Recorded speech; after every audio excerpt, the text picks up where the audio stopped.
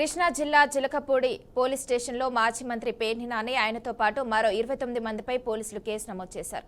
మచిలీపట్నంలో నిన్న చోటు చేసుకున్న ఉద్రిక్తత ఘటనపై జిల్లా ఎస్పీ తీవ్రంగా స్పందించారు.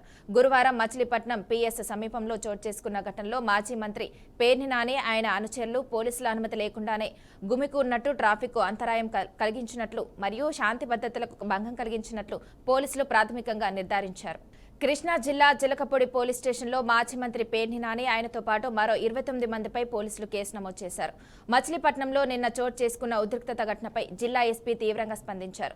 గురువారం మచిలీపట్నం పిఎస్ సమీపంలో చోటు చేసుకున్న ఘటనలో మాజీ మంత్రి పేర్ని నాని ఆయన అనుచరులు పోలీసుల అనుమతి లేకుండానే గుమికున్నట్టు, ట్రాఫిక్ అంతరాయం కలిగించినట్లు మరియు శాంతి భద్రతలకు భంగం కలిగించినట్లు పోలీసులు ప్రాథమికంగా నిర్ధారించారు. ఇక ఇదే అంశంపై పూర్తి సమాచారం ఏపీ బ్యూరో చీఫ్ ఈశ్వర్ అందిస్తారు. ఈశ్వర్, చెప్పండి.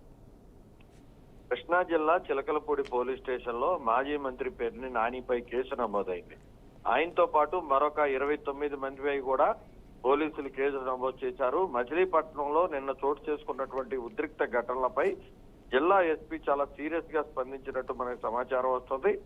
ఏకంగా డ్యూటీలో ఉన్నటువంటి పోలీసులపై దురుసుగా ప్రవర్తిస్తూ ఒక రౌడీయిజంగా మారిపోయినటువంటి మాజీ మంత్రి పేర్ని నాని గట్టిగా మాట్లాడటం, పోలీసులను బెదిరించడం జరిగింది. అది మీడియా మాధ్యమాల్లో కూడా పెద్ద ఎత్తున వైరల్ అయిన నేపథ్యంలో ఎస్పీ కూడా చాలా సీరియస్ గా స్పందించినట్టు తెలుస్తుంది. మచిలీపట్నం పిఎస్ సమీపంలో చోటు చేసుకున్నటువంటి ఘటనలో మాజీ మంత్రి పేర్ని నాని ఆయన అనుచరులు పోలీసుల అనుమతి లేకుండానే ఒక గుంపుగా ఏర్పడి ట్రాఫిక్ కి అంతరాయం కలిగించి అక్కడ ప్రజలకి, స్థానికులకు కూడా తీవ్ర ఇబ్బందికర వాతావరణాన్ని కూడా క్రియేట్ చేశారు. ఇదేంటి అని అడిగినటువంటి పోలీసులపై కూడా మాజీ మంత్రి పేర్ని నాని దురుసుగా ప్రవర్తించడంతో పాటు ప్రభుత్వ ఉద్యోగంలో ఉంటూ డ్యూటీ చేస్తున్నటువంటి పోలీసులపై కూడా దౌర్జన్యానికి దిగిన నేపథ్యంలో ఆయన మీద పలు సెక్షన్ల కింద కేసు నమోదు చేశారు. ఆయనతో పాటు 29 మంది రావడం జరిగింది. ఆ 29 మంది కూడా కేసు నమోదు చేసి దర్యాప్తు అయితే చేస్తున్నారు.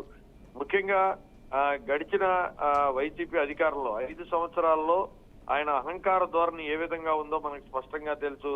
అదే తరహాలో ఇంకా నేను మంత్రి అన్న ధోరణిలో పేర్ని నాని వ్యవహరించినట్లు అభిప్రాయపడుతున్నారు స్థానికులు. అయితే అక్కడ ఉన్నటువంటి గుమ్ముగూడిన తర్వాత ఇబ్బందికర వాతావరణం చేసే నేపథ్యంలో స్థానికులకు తీవ్ర ఆగ్రహం వ్యక్తపరిచారు.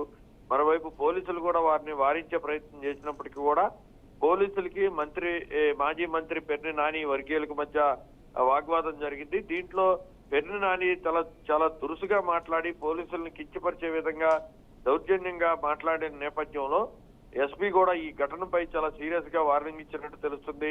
వాళ్ళ మీద పలు సెక్షన్ల కింద కూడా కేసులు నమోదు చేశారు. మాజీ మంత్రి పేర్ని నానితో పాటు అతని అనుచరులు 29 మంది మీద కేసు నమోదు చేసి దర్యాప్తు కూడా కొనసాగిస్తున్నారు. అయితే ఈశ్వర్, చెప్పండి, పేర్ని నానితో పాటు మిగిలిన వాళ్ళు గుమికూడడానికి కారణం ఏమై ఉండొచ్చు అంటారు? ఖచ్చితంగా కూటమి ప్రభుత్వం చేస్తున్నటువంటి కార్యక్రమాలు, నారా చంద్రబాబు నాయుడు, లోకేష్, ఇలా పవన్ కళ్యాణ్, వీళ్ళందరి మీద కూడా చాలా ఘాటైన వ్యాఖ్యలు చేస్తూ ఉంటాడు మాజీ మంత్రి పేర్ని నాని. అతనికి మీడియాలో హల్చల్ కావాలి అనేది ఆయన అభిప్రాయం. అందులో భాగంగానే కొంతమంది అనుచరులతోటి అడావుడి చేసిన నేపథ్యంలో ఇది కరెక్ట్ కాదని పోలీసులు కూడా వారించారు.